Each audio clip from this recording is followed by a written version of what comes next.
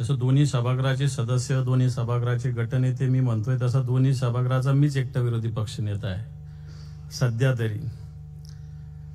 परंतु हे होत असताना आत्ताच आपण महाराष्ट्राचं गीत गायलो आणि काल परवाच कोणीतरी मराठी माणसाविषयी सुद्धा बोललो. परंतु बोलत असताना आपण महाराष्ट्र तसे कृतीतून उत्तर देणार आहे. फार कोणाच्या नादी लागण्यापेक्षा कृतीतून उत्तर दिलं पाहिजे. आणि म्हणून दिल्लीचेही तख्त राखतो महाराष्ट्र माझा. मला वाटतं भूषण गवई साहेबांच्या निमित्तानं दिसतंय की दिल्लीचेही तख्त राखतो महाराष्ट्र माझा. बाकी फार काही गुणाला उत्तर कोणत्या प्रदेशातल्या लोकांना देण्यापेक्षा मला असं वाटतं एवढंच उदाहरण देणं काफी आहे. कारण शेवटी आपली संस्कृती वेगळी आहे. आपण वेगळ्या पद्धतीनं अपेक्षा असताना मला असं वाटतं मराठीची काय ताकद आहे आणि महाराष्ट्राची काय ताकद आहे भूषण गवई साहेब सरन्यायाधीश असताना मला असं वाटतं ती दिसते. भूषण गवई साहेब तसे संभाजीनगरच्या खंडपीठातही होते, बऱ्याच दिवस होते आणि नागपूरलाही होते, पणजीलाही होते, परंतु संभाजीनगरातही बऱ्याच दिवस होते. आणि त्या निमित्तानं आमच्या संभाजीनगरशी त्यांचा सातत्यानं संपर्क राहत आलेला आहे. चळवळ म्हणून पण राहिलेला आहे, न्यायालय म्हणून पण राहिलेला आहे. आणि म्हणून त्या मातीला आणि विदर्भाची माती आणि मराठवाड्याची माती काही वेगळी नाही, दोन्ही माती एकत्र झाली. कारण विदर्भातली सगळी मंडळी डॉक्टर बाबासाहेब आंबेडकरांनी निर्माण केलेलं महाविद्यालय हे संभाजीनगरात आहे, मिलिंद महाविद्यालय. आणि त्या निमित्तानं अख्खा विदर्भ मराठवाड्यात सातत्यानं असतो.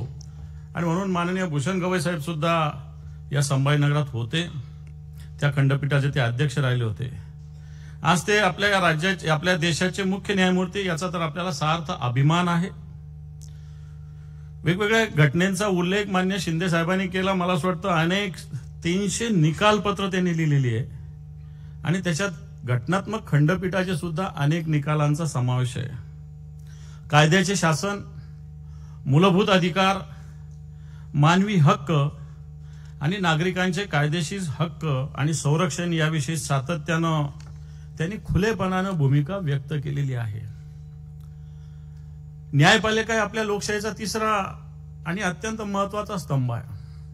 निश्चित मागच्या काळातल्या काही घटनेमुळं निश्चित जनतेच्या मनात काही संभ्रम निर्माण होत असेल, परंतु आज डॉक्टर बाबासाहेब आंबेडकरांच्या विचाराचा पाईक आपल्या महाराष्ट्राचा एक मराठी माणूस ज्यावेळेस सरन्यायाधीश म्हणून ज्यावेळेस बसतो, मला असं वाटतं असा विचार पुन्हा एकदा घट्ट रुजवण्याचं काम त्यांच्या हातून निश्चित होईल अशी संपूर्ण महाराष्ट्राला खात्री आहे. आणि म्हणून शासन असेल, विधिमंडळ असेल, न्यायपालिका असेल, यांचा सुसंवाद असला पाहिजे, समतोल असला पाहिजे, परस्पर पूरक भूमिका असली पाहिजे. ही आपल्या लोकशाहीची खऱ्या अर्थानं भूमिका राहिलेली आहे. आणि हीच भूमिका सातत्यानं भूषण गवई साहेबांनीही घेतलेली आहे. काल परवाच वेगवेगळ्या ठिकाणी बोलताना त्यांनी सांगितलं की मराठी माध्यमातून प्राथमिक शिक्षण घेतलेलं आहे. सांगण्याचा अर्थ हा की प्राथमिक शिक्षण मराठीत घेतल्यावरही देशाच्या सर्वोच्च पदावर व्यक्ती बसू शकते, भूषण गवई साहेबांनी दाखवलेलं आहे. भारताचं सरन्यायाधीश पद म्हणजे हे पद नाहीये.